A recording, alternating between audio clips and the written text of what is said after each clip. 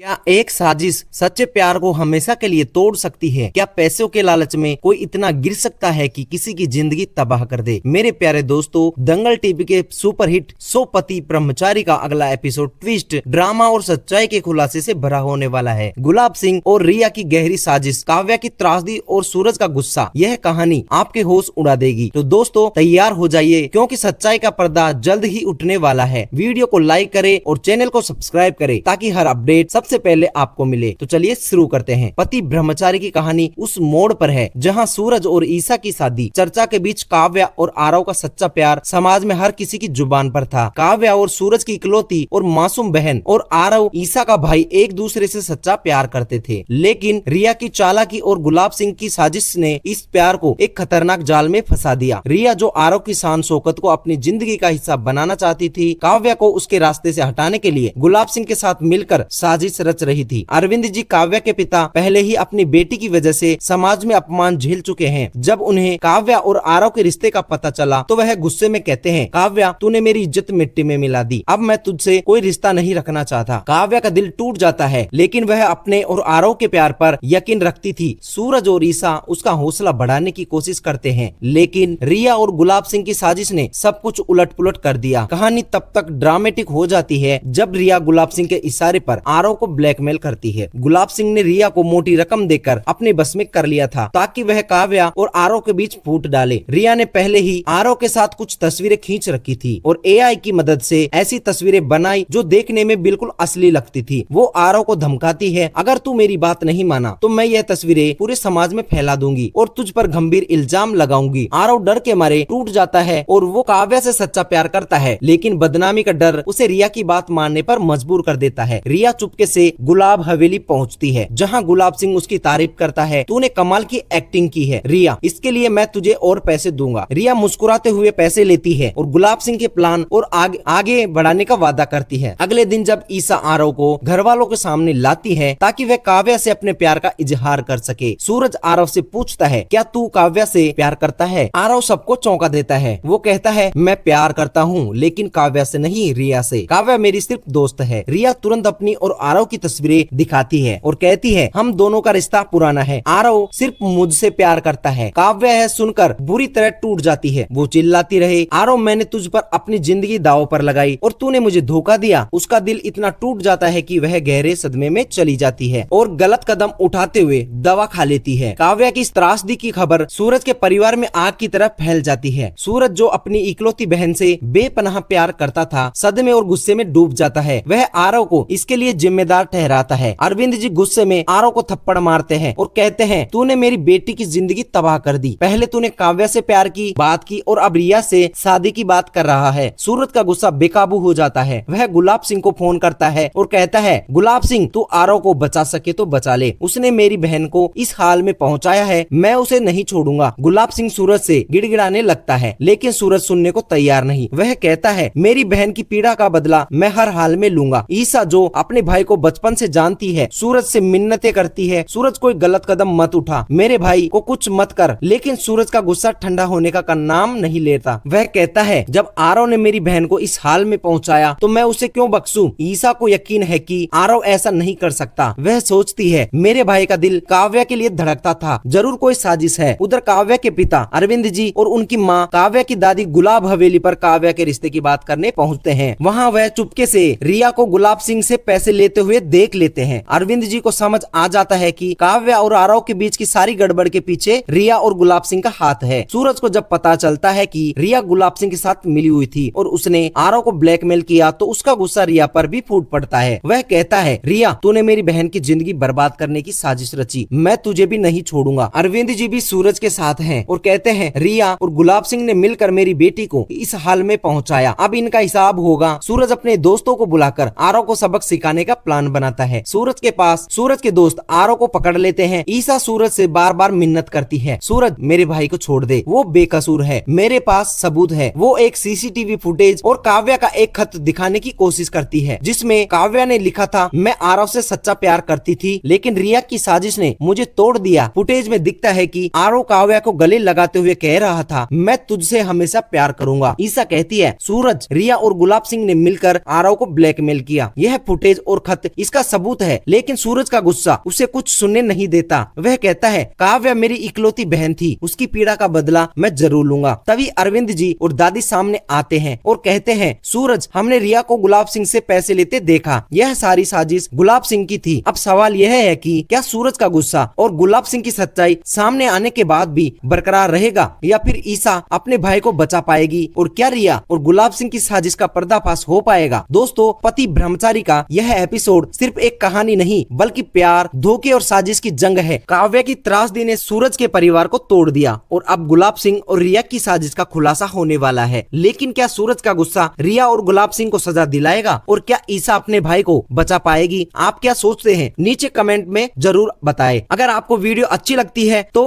हमारे चैनल को सब्सक्राइब करके बेल आइकन ऑन रखें ताकि ऐसे ही लेटेस्ट वीडियो आप तक पहुंचती रहे। तब तक के लिए नमस्कार।